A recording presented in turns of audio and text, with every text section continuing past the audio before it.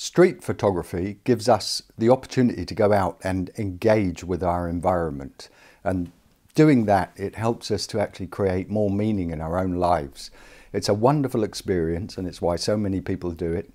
There's a bit of a mystery to it. It's almost like a Zen moment, because we're out there learning to look, see and watch and make sense of everything that's happening in the street, and then capture those moments with our cameras. For this reason, I always have that feeling as if I've been in another world when I go out there. And you learn more about your own environment, or your city, your village, your town. When we go out and we take photos, we tend to be alone, hopefully. It's the best way to do it. You get out there and you're moving about, and the dialogue in the mind starts to calm down. And we tend to become more visual. I mean, that's why you're a photographer. You have a camera, probably because you've really got that feeling that life is also a visual experience. And just to be able to look at things without using words to label them and categorize them, but rather just to look at all the structures, the movement, the flow of people, but to do that in the stillness of the moment and then capture that still moment. That's the wonderful experience of street photography. You know, if you want to do this, you can. If you've got a mobile phone, you can go out and start taking photos. Mobile phones, you know, they have that many megapixels, they have that much sort of pulling power on the zoom. But taking those photos, and you'll discover that there's a lot of things you can discover with your mobile phone. If you have a great DSLR or a mirrorless camera, or if you've spent 10 grand, 20 grand on loads of photographic equipment, good for you. But all you need is one lens, one camera, and you need a lot of visual thought. And this is what leads to the moment where we have that still moment. We see it and we recognize it without words. We recognize it as that decisive moment, and we go click. We've framed it, we've seen the colour, the shadow, the light, the flow of people. It's wonderful. There's something very zen about street photography, and that's why people do it. And most people, if you ask them or watch videos of people talking about their experience, read articles. I've got a lot of articles on Medium website and on my own website.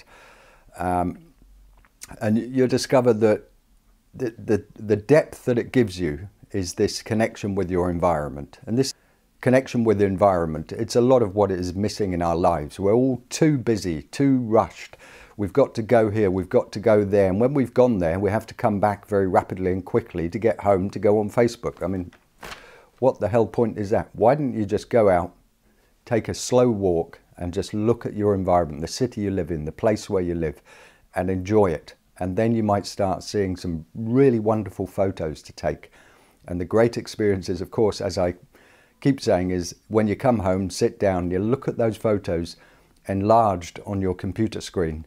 It's like, wow, I didn't even know I was looking at that. It's a wonderful feeling. And you don't have to explain why it's a wonderful feeling. It's just, it makes life more meaningful.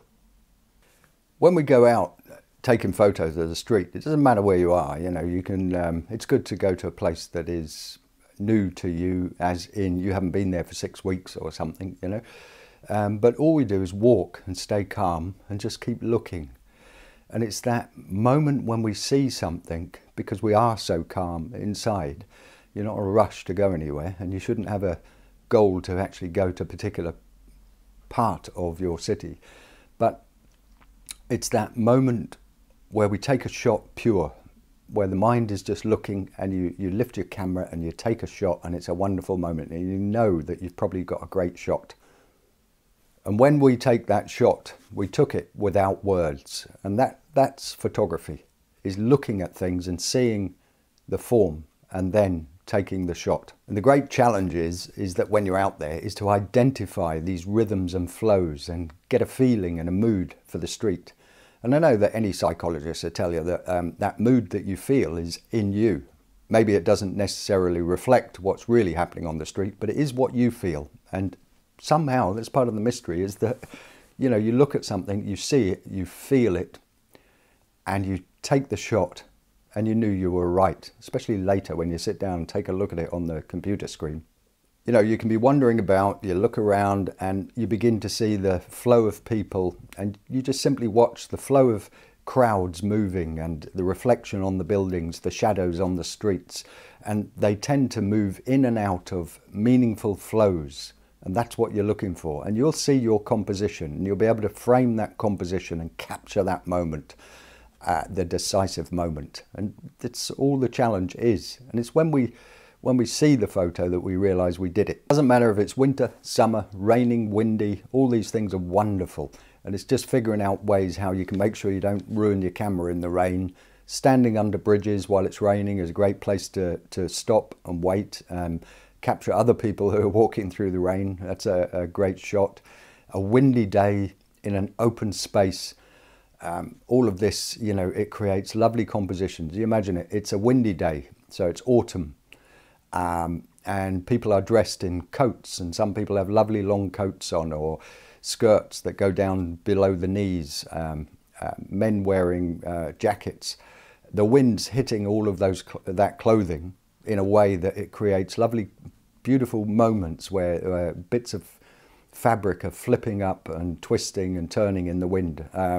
It's a lovely opportunity to take great shots. Another one like that, which I like very much, is down in the underground station where the trains are. And sometimes I wait until everybody's got out, and I'm on the platform there, very close to the stairway that leads up into the light. And when the train pulls out, it creates an enormous vacuum of air, and people get blown about left, right and centre. It creates some very interesting moments. So I recommend that one for a good one, especially for a beginner looking for a little bit of drama in your shots. And that's it really. At the end of the day, you go out there, you enjoy it. You're looking and using that part of your mind that is very, very visual. And, you know, if you don't feel that you are like that, but yet you are drawn towards images and taking photos, the fact is you probably just need to practice and exercise that part of the mind. The brain is a wonderful thing. You know, there's a lot of unconscious activity happening when you're doing street photography. You'll probably find that as time goes by, not a lot of time, just, you know, be out there, do it. You'll discover that your shots get better and better. Your composition, your sense of composition increases. And that sense of composition is where you're probably going to start finding your own style.